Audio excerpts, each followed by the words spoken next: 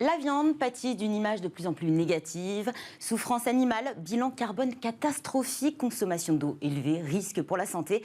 La viande est remise en cause de toutes parts. Ces dernières années, des produits de substitution 100% végétaux ont fait leur apparition. Et de nombreuses start-up, comme des géants de l'agroalimentaire, se lancent sur ce nouveau marché qui pourrait être juteux. Pour parler de cette viande, qui n'en est pas vraiment, je reçois sur ce plateau Tristan Morel. Bonjour Tristan Morel. Bonjour. Vous êtes CEO et cofondateur d'Umiami. C'est une entreprise là qui en est au stade du début. Vous n'avez pas encore des produits qui sont commercialisés? Non, entièrement. Donc, en revanche, une ligne de production qui va être lancée en 2022. On est en train de construire une ligne de production, effectivement, et on est encore dans une phase de recherche et développement. Donc, on a travaillé pendant 1 an et demi sur le développement d'une technologie qui permet d'imiter la texture de filet de viande et de poisson. Et on a commencé le développement produit à proprement parler en septembre, où on arrive à incorporer d'autres dimensions que la texture dans nos produits, comme les arômes, la couleur, l'intégration de gras, etc. Donc, stade de recherche et de développement. Vous, Guillaume Dubois, vous êtes CEO et cofondateur des Nouveaux Fermiers. Vous avez passé ce stade et vous êtes au stade de la commercialisation. Bonjour Fanny. Oui, exactement. Nous, on est en commercialisation depuis 1 an. Et donc, on a des steaks, des aiguillettes, des nuggets. On les voit d'ailleurs devant vous. Voilà. Et même maintenant des merguez et des chipots végétales. Donc une gamme assez complète. Une gamme assez complète. Et l'intérêt, c'est que c'est meilleur pour la santé que la viande. C'est meilleur pour l'environnement. C'est meilleur, bien sûr, d'un point de vue bien-être animal. Et du coup, on a lancé toutes ces alternatives un peu progressivement. Et l'idée, c'est à chaque fois que ça ressemble à la texture de la viande. En bouche, c'est vraiment comme de la viande. Et là, vous avez la salade César, par exemple, comme de la viande, mais 100% végétale. Et c'est là l'objet de notre débat, puisque le constat est là. Les Français ont changé leurs habitudes de consommation. 37% déclarent limiter volontairement leur consommation de viande. Résultat, la consommation de viande a reculé de 12% en 10 ans. Ce constat ne vous a pas échappé, j'imagine, Tristan et Guillaume. À quelle problématique répondent les produits que vous avez développés? En fait, tout le monde veut réduire sa consommation de viande maintenant, enfin à minima 39% des gens. Et en 40 ans, la consommation de viande avait fait x3. Sur les 40 dernières années, ça fait x3. Et maintenant, les gens se posent des questions sur la santé. On sait que les excès de viande sont mauvais pour la santé, donc on a beaucoup de gens qui viennent nous voir en disant « je veux mettre un peu plus de végétal dans mon assiette ». Et ça, c'est l'environnement et la santé. Il y a la santé, il y a l'environnement, où l'élevage, c'est 15% des émissions de carbone. Donc c'est une grande partie en fait, du problème. Il y a le bien-être animal, évidemment. Et donc là, c'est surtout l'élevage intensif en plus qui est en cause. Et après, il y a beaucoup de gens qui veulent juste diversifier leur alimentation. Qui par curiosité en fait ont envie de mettre un peu de végétal dans leur assiette. Tristan Morel, c'est la cible des produits que vous êtes en train de développer. Ce sont les veggies, enfin les végétariens, les véganes, les flexitariens. C'est les flexitariens, c'est les personnes qui diminuent leur consommation de viande pour toutes les raisons qui ont été énoncées, aussi parce que pour nourrir les 15 milliards d'habitants que prévoient les démographes dans le pic de population mondiale, il va falloir en fait diminuer la part de viande dans nos assiettes, parce que la viande, enfin la production de viande, ça correspond à 80% de l'agriculture actuelle. Donc on vise effectivement des flexitariens. Et ce qui est assez intéressant de voir, c'est que en général, les consommateurs d'alternatives végétales à viande sont aussi des consommateurs de viande, et on le retrouve dans les chariots des personnes qui font leurs courses dans les hypermarchés. On retrouve pour 80% d'entre eux aussi de la viande dans le même caddie. Tout à fait. Ces produits-là que vous avez développés ressemblent vraiment à de la viande. Alors c'est vrai qu'initialement, quand on était végétarien, on pouvait peut-être se tourner vers le tofu, le seitan. Mais là, on a vraiment des produits qui adoptent toutes les caractéristiques de la viande. Est-ce que finalement, ces produits ne sont pas destinés à des nostalgiques de la viande ? Alors, peut-être, mais pas que. Nous, il y a beaucoup de gens qui nous demandent pourquoi chercher à imiter la viande, en fait. Pourquoi pas simplement faire du végétal qui ressemble à du végétal. C'est simple, en fait, c'est parce qu'on a envie de continuer de prendre un bon burger. On a envie de continuer de se faire un curry, de prendre une salade César, de prendre des chipots ou des merguez au barbecue. On a envie de tout ça. Bien sûr, on peut manger aussi des lentilles, ce genre de choses. Mais nous, ce qu'on voit qui est en train d'exploser, c'est cette demande, et c'est pour ça qu'en grande distribution, chez Monoprix, chez Franprix, on voit que les volumes explosent parce que les gens veulent chercher ça. Et de la même manière, Ce sont des habitudes qu'on a du mal à perdre. Perdre, aussi peut-être de cuisine en fait quelque part. Et c'est la tradition française en fait. On est habitué à beaucoup de recettes en fait depuis notre enfance qu'on aime bien en fait, qu'on n'a pas envie de quitter. Et donc l'idée, c'est d'aider en fait à conserver les mêmes recettes, mais avec du végétal. Et on a là du coup, par exemple, la salade César, c'est l'ancien brandeur de Robuchon qui nous l'a fait. Et lui, il a beaucoup de gens qui veulent en fait avoir des salades César, mais avec du coup des alternatives végétales. Et du coup, c'est la même recette. Et ça permet en fait aux chefs et toutes les enseignes de burgers type Camion qui fume, Paris New York, etc., avec qui on travaille, s'y mettent aussi. Et en fait, elles disent, on a besoin de garder les mêmes codes que la viande, mais sans viande. Et peut-être quand on va au restaurant, si on est un groupe, certains sont véganes et pas d'autres, peut-être ne pas trop se différencier aussi par le contenu de leur assiette. C'est ça. Nous, on est en train d'arriver dans beaucoup de brasseries et en fait, on va regarder aux tables en fait qui mange quoi. Et ça arrive souvent à la table, il y a une personne qui va être végane ou végétarienne et du coup les autres un peu on va avoir s'en tendance inspirent à suivre. et se disent tiens, il y a des lasagnes. Hier justement, on était à un endroit où il y a une lasagne végétale. Et du coup, il y avait toute une table qui prenait des lasagnes végétales, alors qu'en fait, il y avait juste un végétarien à la base qui a suscité l'idée en fait d'en prendre, et les autres, vu que ça ressemble à des lasagnes, commandent aussi ça. Ces produits sont vraiment un concentré de recherche, de développement, mais aussi de technologie. Globalement, ça a l'apparence de la viande, ce qu'on peut voir. Voilà, on a vraiment l'impression d'avoir des morceaux de poulet.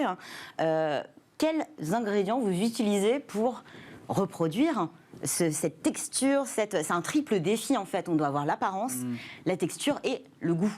Entièrement. On utilise des ingrédients forcément d'origine végétale qui sont totalement naturels. On utilise par exemple de l'eau, du sel, des protéines végétales, des levures pour obtenir le goût. Et quelles protéines végétales ? Alors nous, on utilise du soja sans OGM d'origine européenne. Après, il y a donc... les autres acteurs utilisent d'autres sources de protéines. Il y a énormément de sources protéiques possibles. Nous, les prochains développements, on aimerait en faire notamment sur des protéines de mycélium ou des protéines d'origine de cellules souches qui ont été développées. Là, tout de suite, en entendant ça, ça donne pas forcément envie de manger.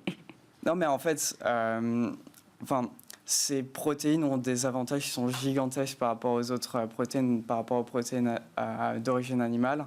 Et notamment, c'est des protéines qui vont, d'une part, bien imiter la protéine animale de base, et d'autre part, ne pas avoir tous les inconvénients de la viande, à savoir tous les problèmes dont on a parlé précédemment, la résistance aux antibiotiques liée à l'utilisation... Non, mais c'est dans le procédé aussi. Vous avez développé, vous, un procédé qui permet de recréer les fibres de la viande. Entièrement. Donc nous, notre procédé de fabrication permet, effectivement, en partant d'un gel qui contient des protéines végétales, de recréer des fibres de manière assez simple. On utilise un procédé qui va très très peu dénaturer l'ingrédient d'origine végétale. En fait, tout notre savoir-faire repose sur la compréhension des propriétés naturellement contenues dans ces protéines et sur l'identification de toutes les propriétés organoleptiques de la viande. Et donc, on essaie de faire se rapprocher les deux mondes le plus simplement possible. Vous parlez des propriétés organoleptiques. Je vous pose à vous cette question, parce que vous vous appelez umami, qui fait penser à umami, la 5e saveur. Comment on arrive à retrouver quelque chose qui s'apparente au goût de la viande? Comment on recrée ce goût artificiellement? Alors, nous, on utilise une levure qui a naturellement ce goût umami et qui ressemble énormément qui a le goût typiquement du poulet. C'est une levure qui, naturellement, a le goût du poulet. Et ça donne le goût et l'odeur. Vous utilisez exactement les mêmes procédés? Pas exactement les mêmes. En fait, chaque école a un peu ses techniques. Nous, on a déposé 5 brevets et en fait, les bases en fait, de nos produits, c'est la protéine végétale. Donc à chaque fois, c'est l'ingrédient principal. On utilise beaucoup la protéine de pois. Parce qu'en France, on a beaucoup de pois. Et c'est une super légumineuse en fait, qui a tous les acides aminés essentiels. C'est vraiment une protéine qui vaut la protéine de la viande. Et donc, on aime beaucoup la protéine de pois, notamment. Après, il y a toutes les huiles. Et donc, on travaille à chaque fois avec des huiles qui sont sans gras saturés. Parce que le problème, justement, de la viande, c'est notamment les gras saturés. Et donc, on utilise du colza. C'est vrai que naturellement, dans la viande, il y a du gras. C'est ce qui confère notamment le moelleux et la jutosité, le goût. Et là, on est obligé d'en ajouter. Alors, on doit rajouter du coup de l'olive, du tournesol ou du colza, tout en donnant du juteux, pour donner du juteux, mais en mettant beaucoup moins que dans la viande, ce qui fait que du coup, on est quand même moins gras. Et après, on a tout ce qui est, on a de la betterave sur le steak typiquement pour faire le rouge qui brunit. Presque saignant, enfin voilà. Voilà. Et après, on a des végétaux fermentés. Et ici, c'est un peu comme le vin pour venir reproduire en fait. Vous avez, quand vous mangez un produit, vous avez la note d'attaque, vous avez la note qui domine, la note qui rémane, et on vient en fait reproduire chacune de ces notes avec des végétaux fermentés. Donc on travaille avec des nez un peu comme en vin. Et c'est ça qui fait qu'in fine, on arrive à avoir la texture, le juteux, mais aussi le goût et même l'apparence de la viande. Combien d'essais entre le premier prototype et ces produits qu'on trouve en rayon dans les supermarchés? Alors sur chaque version, on est à peu près à 1000 essais. Et en fait, c'est un processus très, très, très itératif. Nous, on faisait Vous corrigez à chaque fois chaque petit défaut, entre guillemets. C'est ça. Nous, on faisait ce qu'on appelle des combats de steak. On amenait 5 différentes versions de steak, par exemple, et on demandait à plein de gens de goûter et de nous dire lequel ils préfèrent. On prenait le gagnant, on retravaillait sur le gagnant, et ainsi de suite, et ainsi de suite. C'est ce qui fait que c'est très itératif. Et en fait, ça commence en laboratoire, entre guillemets, mais ça finit vraiment en cuisine. Et du coup, on travaille avec des chefs pour trouver les bons dosages, des notes, des épices. C'est un équilibre en fait qui se joue sur chaque produit pour reproduire. Là, on a notamment les merguez végétales. C'est aussi un goût particulier. C'est ça. Typiquement, la merguez, en fait, c'est le piment de Cayenne. Et donc, Éric Bouchenoir, l'ancien printemps de Robuchon, il dit toujours, si vous prenez une merguez, ce que vous sentez, en fait, c'est juste le piment de Cayenne. Et du coup, il faut trouver le bon piment de Cayenne et les bons dosages. Et c'est ça qui fait pour ne pas tout gâcher. Pour ne pas tout gâcher, exactement. Et c'est ça qui fait que vous êtes tout de suite dans l'univers merguez, alors que vous n'avez pas besoin. En fait, dans une merguez, par exemple, c'est pas le goût de la viande que vous sentez dans une merguez. Non, c'est l'épice. C'est le goût des épices, c'est le goût du fumé. C'est pas le goût de la viande. Et du coup, on se dit, on n'a pas besoin. Une saucisse, ça va pas être très sain en général. On parle même pas de l'environnement ni du bien-être animal, et du coup on n'a pas besoin en fait de la viande pour faire de la saucisse. On va revenir sur les qualités nutritionnelles. Petite question, parce que vous travaillez aussi sur du cabillaud. Du poisson. En quoi c'est différent de travailler sur du poisson plutôt que de la viande? Est-ce que c'est plus compliqué peut-être? Alors en fait, les procédés qui sont utilisés pour faire de la viande actuellement à l'échelle industrielle ne permettent pas d'imiter les propriétés organoleptiques du poisson, qui est un produit qui est beaucoup plus délicat et qui fibre différemment. En fait, le poisson, c'est une succession de lamelles et c'est des fibres qui sont horizontales dans le produit. Et ça, cette fibrosité-là, c'est quelque chose qui est difficile à imiter avec les produits actuels, avec les technologies actuelles. Et du coup, nous, on a développé une technologie qui est radicalement différente des technologies qui sont utilisées sur le marché. Et cette technologie nous permet en fait d'imiter un grand nombre de viandes et un grand nombre de poissons parce que justement, on arrive à maîtriser la directionnalité des fibres au sein du produit. Vous parliez justement des qualités nutritionnelles. On voit sur les produits que vous nous avez apportés le Nutri-Score. Alors on a plutôt des bonnes notes. Je vois énormément de A, excepté sur rien du tout d'ailleurs. Je ne suis pas sûre que d'ailleurs des vraies merguez seraient notées A si elles portaient le Nutri-Score. En revanche, vous en parliez, on parlait d'exhausteurs de goût, d'émulsifiants. Ce sont des additifs. C'est l'une des critiques qu'on fait à ce type de produit, c'est le fait que ce soit des produits ultra transformés. Est-ce que vous travaillez justement pour réduire la liste des ingrédients? Nous, c'est exactement justement notre positionnement, c'est de faire des produits qui soient bons au goût et bons pour la santé, de ne pas devoir choisir en fait entre le goût et la santé. C'est sur ces sujets-là en fait qu'on a déposé nos 5 brevets. C'est ce qui nous permet d'avoir que des produits Nutri-Score A et d'être à chaque fois vert sur Yuka. Yuka qui justement regarde beaucoup les additifs. Et comment on fait? Typiquement, un des sujets, c'est les huiles. Il y a beaucoup d'huile de coco qui est utilisée dans le végétal. Le problème de l'huile de coco, c'est que c'est une huile qui va être très saturée en gras et qui du coup va être mal notée sur Yuka ou dans le Nutri-Score. Et nous, on a beaucoup travaillé, par exemple, pour supprimer cette huile de coco et d'avoir jamais de l'huile de coco dans nos produits. Il y a aussi tous les sujets des additifs. Et donc là, il y a un gros travail à chaque fois pour réussir à se passer des additifs.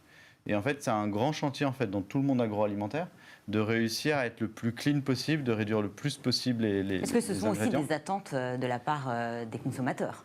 Exactement. Et nous, à chaque fois, on se dit qu'il faut regarder en comparatif par rapport à ce qu'on mange en version viande. Typiquement, la merguez. La merguez, on a plusieurs ingrédients, bien sûr, dans la merguez. Dans la viande, dans une viande de merguez, vous avez su beaucoup d'additifs, clairement. Et donc, on est beaucoup plus clean qu'une merguez traditionnelle. Et nous, c'est ça pour nous qui est important. Et aussi, puisqu'on est dans le volet critique, l'appellation, en fait, on parle de viande, ce n'est pas proprement parler de la viande. On voit steak, aiguillette, haché, burger, escalope. Tous les termes font référence à des produits d'origine animale alors qu'ils n'en sont pas.